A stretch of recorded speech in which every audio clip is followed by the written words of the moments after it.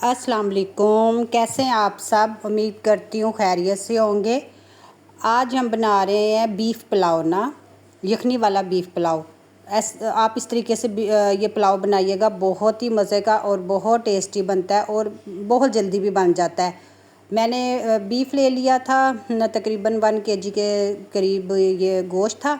फिर इसमें एक प्याज छोटी काट के डाली, लहसुन के कुछ जो है छील के वो डाले और खड़े मसाले बहुत ज़्यादा नहीं डालने, बस थोड़े से डालने हैं कि दालचीनी के 2 के टुकड़े, लौंग चंद टुकड़े, ज़ीरा, बस ये डाल के तो हमने इसमें पानी थोड़ा ज़्यादा डालें क्योंकि इसी की यखनी हमने ना पुलाव में यूज़ करनी है। फिर जब हम पुलाव बनाएंगे ना, इसी की यखनी फिर हमने उसमें यूज़ करनी है।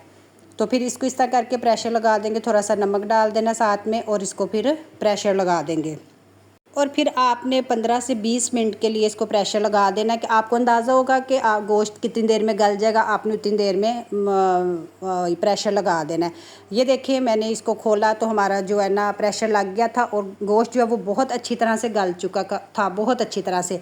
फिर मैंने क्या किया कि गोश्त को निकाल के साइड पे रख लिया और यखनी जो है ना वो इसकी अलहदा कर ली। और फिर मैंने एक भरे साइज़ का प्याज लिया और इसको काटा और इसमें फिर हमने ऑयल डाला और इसको ब्राउन करना है, लाइट ब्राउन जब प्याज होगा फिर हम इसमें बाकी चीज़ें डालेंगे। और आप सबसे रिक्वेस्ट है कि जहाँ जहाँ से मेरे चैनल को देख रहे हैं, मेरे चैनल को लाइक करें, शेयर करें और सब्सक्राइब करें। और आज काफ़ी दिनों के बाद मेरा व्लॉग आया, बस कुछ बिज़ी थी, मसरूफ़ियत थी, तो इंशाल्लाह वो जो सारे व्लॉग हैं वो भी मैं आप लोगों के साथ लाजमी शेयर करूँगी। अपनी सारी मसरूफ़ियत आप लोगों के साथ मस्ट शेयर करूँगी इंशाल्लाह। मेरे व्लॉग देखते रहिएगा और आपको मेरे न्यू व्लॉग भी इंशाल्लाह साथ साथ मिलते रहेंगे। मैं आपके साथ अपनी सारी मसरूफ़ियत शेयर करूँगी। और ये देखिए यहाँ पे जो प्याज था ना वो थोड़ा ब्राउन हो गया। हम इसमें थोड़ा सा पानी डाला कि जो थोड़ा सा पुलाव का कलर है ना वो बहुत अच्छा और बहुत ही प्यारा कलर फिर आ जाता है। ये प्याज का थोड़ा सा हमने बस कलर ज़रा वो करना है कि पानी ज़रा इसमें थोड़ा सा कलर आ जाए ना। और इस तरह से आप पुलाव बनाइएगा, बहुत मज़े का, बहुत ही मज़े का बनता है। आप यकीन करें कि बहुत मज़े का बनता है। और ये देखिए अब इसमें हमने क्या किया, जो गोश्त निकाला हुआ था वो इस प्याज में डाल के इसको अच्छी तरह से फ्राई कर लेना। तो अच्छी तरह से फ्राई करके और आप सबसे रिक्वेस्ट है मेरे चैनल को सब्सक्राइब करें और बेल आइकन को भी दबाएं क्या ताकि आपको आने वाली मेरी न्यू वीडियो साथ साथ मिलती रहे। और ये देखें फिर हमने जो गोश्त है उसको अच्छी तरह से फ्राई किया। फिर इसमें हमने टमाटर जो काटे हुए थे, मैंने 2 टमाटर काटे हुए थे मीडियम साइज़ के, वो इसमें डाल दिए। टमाटरों का अच्छी तरह से हमने गला लेना कि टमाटर ज़रा थोड़े से वो हो जाएँ, गल जाएँ। फिर इसमें बाकी मसाले डालेंगे।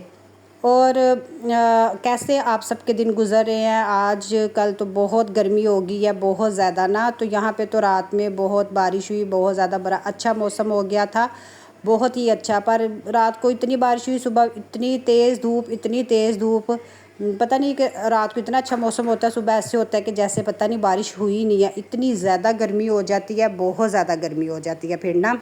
अब ये देखिए इसमें हमने ज़रा सी हल्दी डाली, थोड़ी सी हाफ़ चम्मच हल्दी डालनी है। 1 चम्मच मैंने इसमें रेड चिली का डाला है और थोड़ा सा पिसा हुआ गरम मसाला और थोड़ा ज़ीरा डालना है। ज़ीरा हम जब इसमें पानी डालेंगे, इसको तकरीबन पानी इसकी यखनी को बॉईल करेंगे उस टाइम भी थोड़ा सा डालेंगे, वो फिर ज़ीरा ज़रा अच्छा लगता है इसमें।